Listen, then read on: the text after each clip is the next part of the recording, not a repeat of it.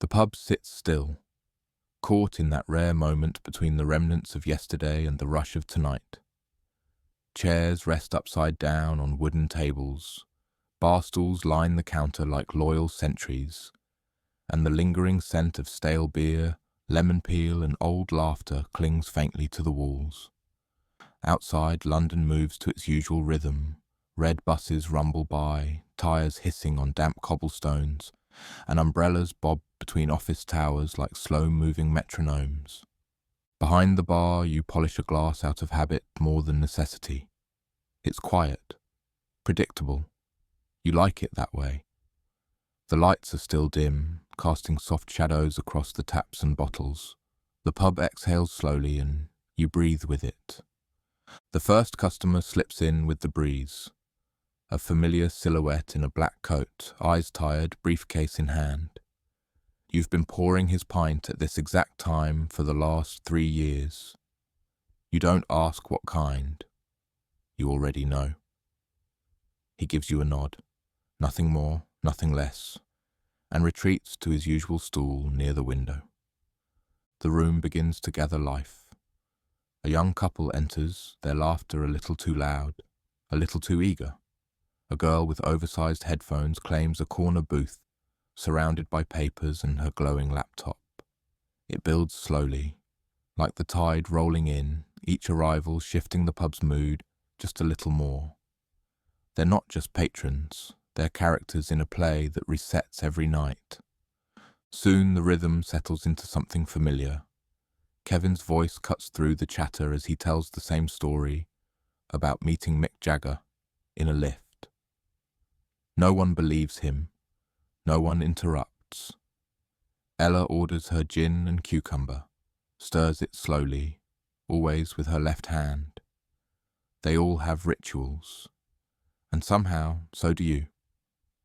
You've seen these people through breakups, promotions, lost parents, first tattoos.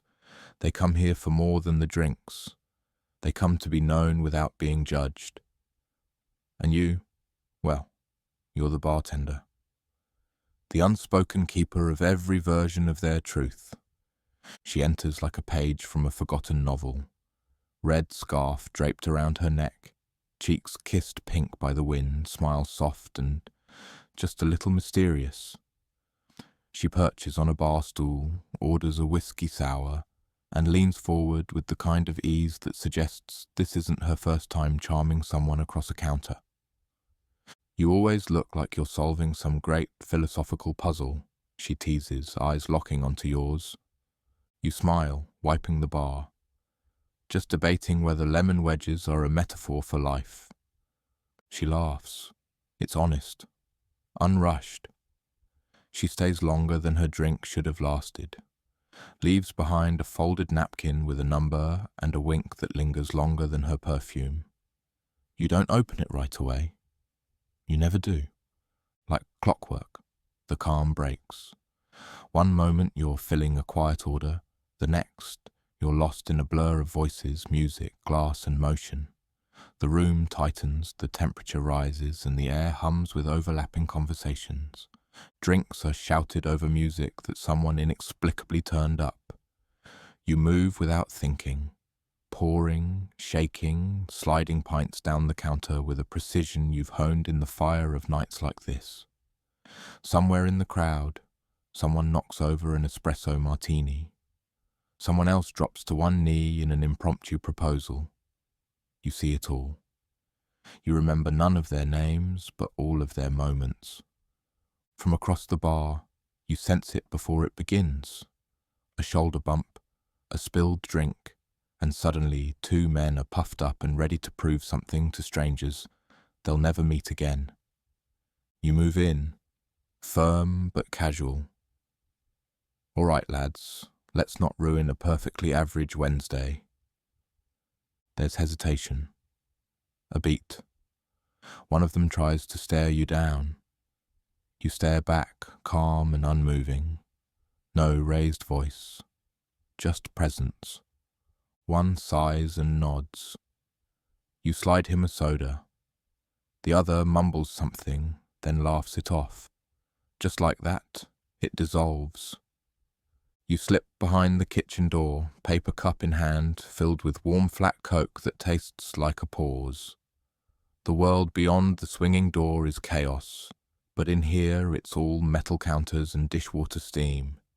The cooks are arguing about football again. You lean against a crate, pull out your phone, nothing new, just as well. You let your head rest back against the wall, eyes closing for just a breath.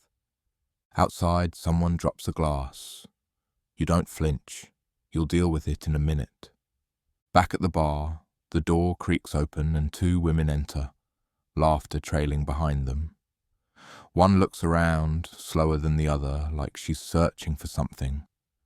"You still work here?" she asks, smiling but glassy-eyed. You nod, already reaching for her usual. She takes it, both hands wrapped around the glass like it's a memory. "Didn't think it'd feel the same," she says quietly. You don't say anything. You don't have to. Some places don't change because they're not supposed to. The pub swells again with the arrival of a birthday crowd, hats askew, arms slung over shoulders, energy too big for the room. One of them, cheeks flushed and eyes wide with celebration, insists on a group photo with you. You oblige. Because why not? You've posed for hundreds. They order too many shots, knock over at least one, and laugh like it's the last night they'll be young. Later, the birthday boy leans in and slurs, "You ever think about just quitting and moving to the Alps?" You raise an eyebrow. He nods like he's made a decision. You smile. You've heard weirder. Amid the clamour, one man sits alone, blazer wrinkled, tie loosened. His whiskey sits untouched, his gaze distant, locked on something beyond the wall. You refill his glass without a word. He gives the faintest nod. That's all the interaction either of you need. Not everyone comes to drink. Some come to disappear in a place where nobody asks why. The door creaks open, and in steps a woman with a folded paper map in her hands and jet lag under her eyes. She's clearly not from around here. Her oversized coat still zipped up to the chin, camera hanging awkwardly at her side, eyes darting around the pub like she's afraid of offending someone, just by looking. She makes her way to the bar and leans in, blinking up at the chalkboard menu. "Is this the pub from that romantic comedy? The one with the proposal in the rain?" You smile. "No, but the beer's cheaper and the endings are real." She lets out a breathy laugh and orders a shandy, then sits near the fireplace, snapping photos of taps and old framed prints, the kind no one notices anymore. As the minutes roll by, her shoulders lower. She chats with the older couple seated next to her.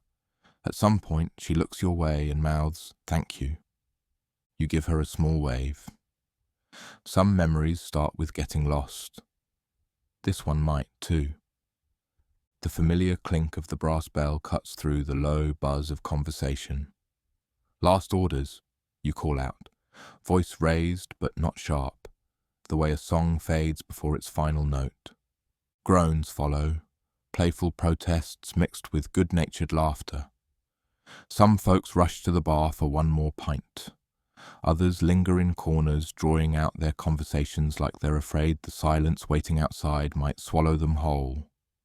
You begin your quiet routine, collecting empty glasses with both hands, wiping down the counter, straightening chairs that never quite stayed still. The music shifts into its softer outro, low and almost apologetic. The warmth of the evening gently lifts like steam from a mug. One by one, they leave. Smiles exchanged, hands on shoulders. A few whispered goodbyes. You stay behind, and the pub begins to return to itself. It's always something, a phone, a bag, a scarf. Tonight, it's a jacket slumped over the back of a stool, worn denim, collar slightly frayed. You check the pockets automatically. A wrinkled curry receipt, a flat-share flyer with a tear through the address, 2 slightly chewed pens. You hold the jacket for a second longer than necessary, trying to place who had been wearing it. You can't remember. That's the thing. People blur. Their things linger longer than their names. You drape the jacket on the coat rack near the door. Someone will be back for it. Maybe not tonight, maybe not even this week, but they always return. For something. For someone. For a feeling. The last light you turn off is the one above the bar, the one that hums softly while the others fade to black. The pub now hums with a silence that feels earned, not empty. Chairs are back where they began, lined up like obedient schoolchildren.